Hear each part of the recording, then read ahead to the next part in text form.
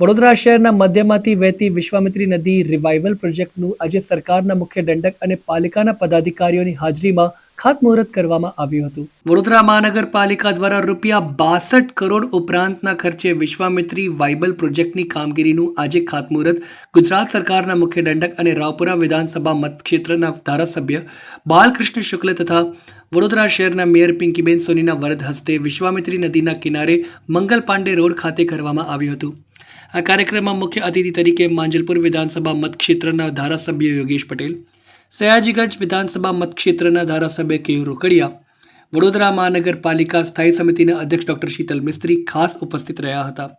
Commissioner Dilip Rana, corporator સહિત વહીવટી અધિકારીઓ હાજર રહ્યા હતા.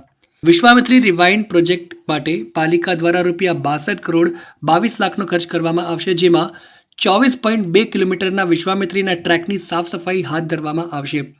અદ્યતન મશીનરી અને ટેકનોલોજીની મદદથી સમગ્ર વિશ્વામિત્રી નદીની સફાઈ હાથ ધરવામાં આવશે. આ કામગીરી દરમિયાન નદીમાં રહેતા જળચર પ્રાણીઓને નુકસાન ન થાય તેની તકેદારી પણ રાખવામાં આવશે. ઉલ્લેખનીય છે કે ગત વર્ષે વડોદરામાં પૂર આવ્યું હતું અને ત્યારબાદ તંત્ર દ્વારા નદીની સાફ સફાઈ હાથ ધરવામાં આવે તે પ્રકારનું આયોજન કરવામાં આવ્યું હતું. સમગ્ર પ્રોજેક્ટને કુલ 4 ઇજારો વચ્ચે વહેંચવામાં આવ્યો છે. ત્યારે આગામી 100 દિવસ દરમિયાન આ પ્રોજેક્ટની કામગીરી કરવામાં આવશે, જેમાં 19 લાખ દર મીટર માટી કાઢવામાં આવશે, જ્યારે 235 ફેક્ટર જંગલ કટિંગ કરવામાં આવશે. હાલ વિશ્વામિત્રી નદીમાં 800 ક્યુબેક પાણી સંગ્રહ કરવાની કેપેસિટી છે, જે સફાઈ બાદ 1100 ક્યુબેક પાણી સંગ્રહિત કરી શકે તે પ્રકારની કેપેસિટી હશે. નદીની સાફ સફાઈ દરમિયાન મળી આવેલ પ્લાસ્ટિકના કચરાનું રિસાયકલિંગ કરવાનું આયોજન પણ પાલિકા દ્વારા કરવામાં આવ્યું છે. નદીના પટ ખાતે JCB machine, Hitachi machine, dumper સહિતની મશીનરીનો ઉપયોગ કરી આવનાર 100 દિવસમાં વડોદરાના મધ્યમાંથી પસાર થતી 24 કિલોમીટર જેટલી વિશ્વામિત્રી નદીના તટને ઊંડું અને પહોળું કરવાની કામગીરી યુદ્ધના ધોરણે હાથ ધરવામાં આવશે, જેના કારણે વડોદરામાં જળબંબાકારની સ્થિતિ નહીં સર્જાય તેવું પાલિકાનું અનુમાન છે. સિટીની અંદર 24 કિલોમીટરનો એરિયા, બંને બેંક ગણીએ તો આ બાજુ અને ઓલી બાજુ 48 કિલોમીટર, અને સિટીની અંદર આ જે કામગીરી છે 100 દિવસમાં પૂર્ણ કરવાનો ટ્રાય કરીએ છીએ. આજે આનું ખાતમુહૂર્ત માન્ય મુખ્ય દંડક બાલુભાઈ શુક્લ સાહેબ અને મેયરશ્રી, ધારાસભ્યશ્રી અને અન્ય મહાનુભાવોની ઉપસ્થિતિમાં. આની અંદર જે છે સમય મર્યાદા અમારી 100 દિવસમાં અમે પૂરું કરીશું. બીજું છે કે સૌથી યુનિક એ રીતે છે કે જળચર જે પ્રાણીઓ છે મગર, ક્રોકોડાઇલ અને ટર્ટલ, એને લક્ષમાં રાખીને અમારે કામ કરવાનું છે. એટલે એ પ્રમાણે પણ આ પ્રોજેક્ટ એક યુનિક થઈ રહેશે અને 100 દિવસમાં અમે આ પ્રોજેક્ટ પૂરો કરીશું. અને એના કારણે જે વહન ક્ષમતા છે એ લગભગ 800 થી 1200 ક્યુમેક થશે. એટલે 40% ફ્લડ ઇમ્પેક્ટ ઓછું આવશે એવી જે માન્ય નવલાવાલા કમિટીનું રિકમેન્ડેશન હતું. એટલા માટે આ ત્રણેય વસ્તુને લઈને ઇમ્પેક્ટ ઇન ફ્લડ, ક્રોકોડાઇલ અને જળચર પ્રાણીઓને ધ્યાનમાં રાખીને આખી એક્ટિવિટી કરવાની છે અને સમય મર્યાદામાં કરવાની. એ માટે આ પ્રોજેક્ટ અમે જે ગાર્બેજ નીકાળશું એમાં ઘણા બધા કમ્પોનન્ટ આવશે. એક આવશે સિલ્ટ, એટલે કે જે માટી કહેવાય, અથવા માટી સાથે અમુક વસ્તુ મિક્સ આવશે. એને અમે ગુજરાત સરકારે જે અમને માનનીય મુખ્યમંત્રી સાહેબે હેલ્પ કરી કે જે એને રોયલ્ટી ફ્રી, કોસ્ટ ફ્રી અમે આપી શકીએ. એટલે એક વસ્તુ એ થશે. બીજું એમાં આવશે રોક્સ, અથવા જે ડેબ્રિસમાંથી જે કન્સ્ટ્રક્શન ડેબ્રિસ નીકળશે એ અમે અમારા પ્લાન્ટ ઉપર લઈ જઈશું. જે પ્લાસ્ટિક આવશે એ પ્લાસ્ટિકને અમે સેગ્રિગેશન કરવાનું આયોજન કરી રહ્યા છીએ. એને પણ અમે અમારા પ્લાન્ટ લઈ અને પ્લાસ્ટિક જે પ્રોસેસ કરવાનું છે એ પણ. મૂળત વડોદરાવાસીઓને વિશ્વામિત્રી નદીમાં આવતા પૂરની તકલીફ દૂર થાય તે માટે થઈને 2010માં ગુજરાત રાજ્યના સ્થાપનાના 50 વર્ષ પૂર્ણ થયા તે અનુસંધાને જ્યારે વડોદરાના તમામ સ્ટેક હોલ્ડર, એટલે કે જેમાં તમામ પાર્ટીઓના રાજકીય નેતાઓ, ચૂંટાયેલા પ્રતિનિધિઓ, તમામ સામાજિક સંગઠનો અને સાથે સાથે મીડિયાના મિત્રોને સાથે રાખીને વિશ્વામિત્રી નવસર્જનનો જે એક સંકલ્પ લેવામાં આવ્યો હતો તેના અંદર તબક્કાવાર કામ થતું જ હતું. પરંતુ જ્યારે આ વખતે વડોદરા શહેરમાં વિનાશકારી પૂર આવ્યો ત્યારે ગુજરાત રાજ્યના મૃદુ અને મક્કમ મુખ્યમંત્રી માનનીય શ્રી ભૂપેન્દ્રભાઈ પટેલ સાહેબ દ્વારા તમામ વડોદરાવાસીઓને એક વચન આપવામાં આવ્યું કે આજ પછી વડોદરામાં કોઈ દિવસ પૂરનું પાણી નહીં પ્રવેશે અને વડોદરાવાસીઓને એનું નુકસાન નહીં થાય. અને તે માટે તરત જ 48 કલાકમાં તેમને નવલાવાલા સાહેબના અધ્યક્ષતામાં એક કમિટી બનાવી અને નવલાવાલા કમિટીના સૂચનો પ્રમાણે રાજ્યના તમામ ડિપાર્ટમેન્ટ વડોદરા શહેરમાં આવતું પૂરનું પાણી રોકવા માટેના કામોમાં બધા જોડાઈ ગયા, જેમાં સિંચાઈ વિભાગ હોય, મહેસૂલ વિભાગ હોય કે કોર્પોરેશન હોય.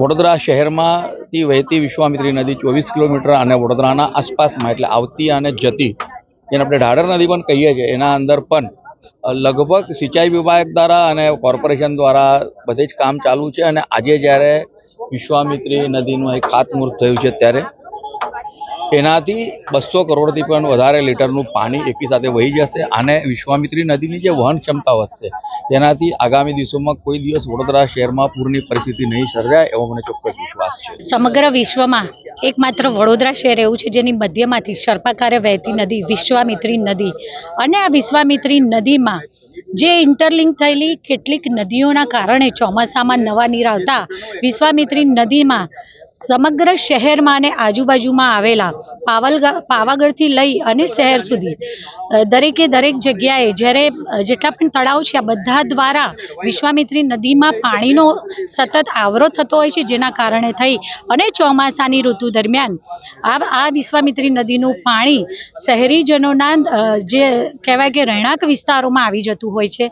ત્યારે આ વર્ષે વરસાદની બદલાતી પેટર્નના કારણે જ્યારે શહેરીજનોને આ પરિસ્થિતિનો સામનો કરવો પડ્યો અને વડોદરા શહેરનું સૌ શીર્ષસ્થ નેતૃત્વ એ પૂર્વ સાંસદ હોય, અત્યારના સાંસદ હોય, સૌ ધારાસભ્યશ્રીઓ હોય, પદાધિકારીશ્રીઓ હોય કે સૌ મારા સાથી કાઉન્સિલરશ્રીઓ હોય, આ દરેકે અનેકવાર ગુજરાત સરકારમાં અને કેન્દ્ર સરકારમાં રજૂઆતો પણ કરી છે. તો સાથે સાથે તાજેતરમાં પૂરની પરિસ્થિતિ દરમિયાન આદરણીય મુખ્યમંત્રી શ્રી ભૂપેન્દ્રભાઈ પટેલજી દ્વારા સતત અવિરત આ માટે માર્ગદર્શન આપવામાં આવી રહ્યું છે. તો નવલાવાલાજીની કમિટીની રચના પણ કરવામાં આવી હતી, જે પણ આદરણીય મુખ્યમંત્રી શ્રીના માર્ગદર્શનથી કામગીરી કરી રહી છે અને એમના દ્વારા આપેલા સૂચનો થકી વડોદરા મહાનગરપાલિકા પૂરેપૂરી પ્રતિબદ્ધતાથી કામગીરી કરી રહી છે. તો સાથે સાથે આદરણીય મુખ્યમંત્રીએ એમાં આર્થિક સહાય પણ ડિક્લેર કરેલ હતી. હું આજે જે ખાતમુહૂર્ત કરવામાં આવ્યું, સમગ્ર નદીના તટ વિસ્તારમાં નદીને ઊંડી તથા પહોળી કરવા માટે કુલ 19 લાખ ઘન મીટર માટી ખોદીને કાઢવામાં આવશે, જેના થકી 190 કરોડ લીટર આ વિશ્વામિત્રી નદીના પાણીની વહન ક્ષમતામાં વધારો થશે. આજરોજ આ ખાતમુહૂર્તના પ્રસંગે સૌ સાથે ઉપસ્થિત રહ્યા. હું આદરણીય વડાપ્રધાન શ્રી નરેન્દ્રભાઈ મોદીજીનું વિઝન, જેને આદરણીય મુખ્યમંત્રી શ્રી ભૂપેન્દ્રભાઈ પટેલજીએ મિશન બનાવ્યું છે, સૌનો સાથ અને સૌના વિકાસ અન્વયે વડોદરા શહેરમાં પણ લોકોના પ્રોબ્લેમ્સને સમસ્યાઓના નિવારણ અને નિરાકરણ માટે વડોદરા મહાનગરપાલિકા પૂરેપૂરી પ્રતિબદ્ધતાથી અનેક આયોજનો સાથે ફરી વખત આવી પૂરની પરિસ્થિતિનો સામનો મારા વડોદરા શહેરના નાગરિકોને ન કરવો પડે તે દિશામાં પૂરેપૂરી પ્રતિબદ્ધતાથી કામે લાગી ગયા છે. 62.22 કરોડનો ખર્ચો છે ને લગભગ 27 કિલોમીટરની આસપાસનો આ તટ વિસ્તાર છે. સમગ્ર વિસ્તારમાં આવેલી આ નદીના તટ વિસ્તારને ઊંડી પહોળી તથા મેં કહ્યું તેમ કે જે સર્પાકારે છે તેના જેટલા વળાંકો આપણે બની શકે તેટલા વળાંકોની જગ્યાએ સીધું કરી અને એની પણ ઊંડાઈ કરવામાં આવે, જેથી કરી અને વિશ્વામિત્રી નદીની વહન ક્ષમતામાં વધારો થાય. વિશ્વામિત્રી એ વડોદરાની મધ્યમાંથી પસાર થતી નદી છે અને એમાં આજ સુધીમાં એવરેજ દર 4-5 વર્ષે એકવાર પૂર આવતું હોય છે. આ 5 વર્ષે જે પૂર આવે છે એમાં હજારો નાગરિકોના ઘરની અંદર ઘણું મોટું નુકસાન થતું હોય છે.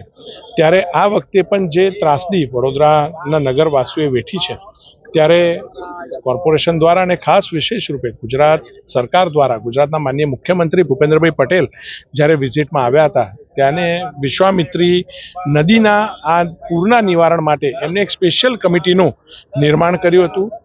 નવલાવાલાજીની અધ્યક્ષતામાં જે કમિટી બની એને વિવિધ સૂચનો પર કામ કર્યું અને સિકોન કંપની, જ્યારે હું મેયર હતો ત્યારે પણ સિકોન કંપની દ્વારા જે પ્રોજેક્ટ સર્વે કરવામાં આવ્યો હતો એ પૈકીનું એક સૂચન એટલે કે વિશ્વામિત્રી નદીને ઊંડી અને પહોળી કરવાનું સૂચનનું આજે ખાતમુહૂર્ત એ કોર્પોરેશન દ્વારા કરવામાં આવ્યું છે. વિશ્વામિત્રી નદી વડોદરા શહેરમાંથી પસાર થતી અને ત્યારબાદ ડાઉનસ્ટ્રીમમાં દરિયા સુધીમાં આ ખાતમુહૂર્ત કરવામાં આવ્યું છે અને આજે ખાતમુહૂર્ત એ વડોદરા મહાનગરપાલિકા દ્વારા વડોદરા વિભાગની વિશ્વામિત્રી નદીને ઊંડી અને પહોળી કરવાનું ખાતમુહૂર્ત કરવામાં આવ્યું છે.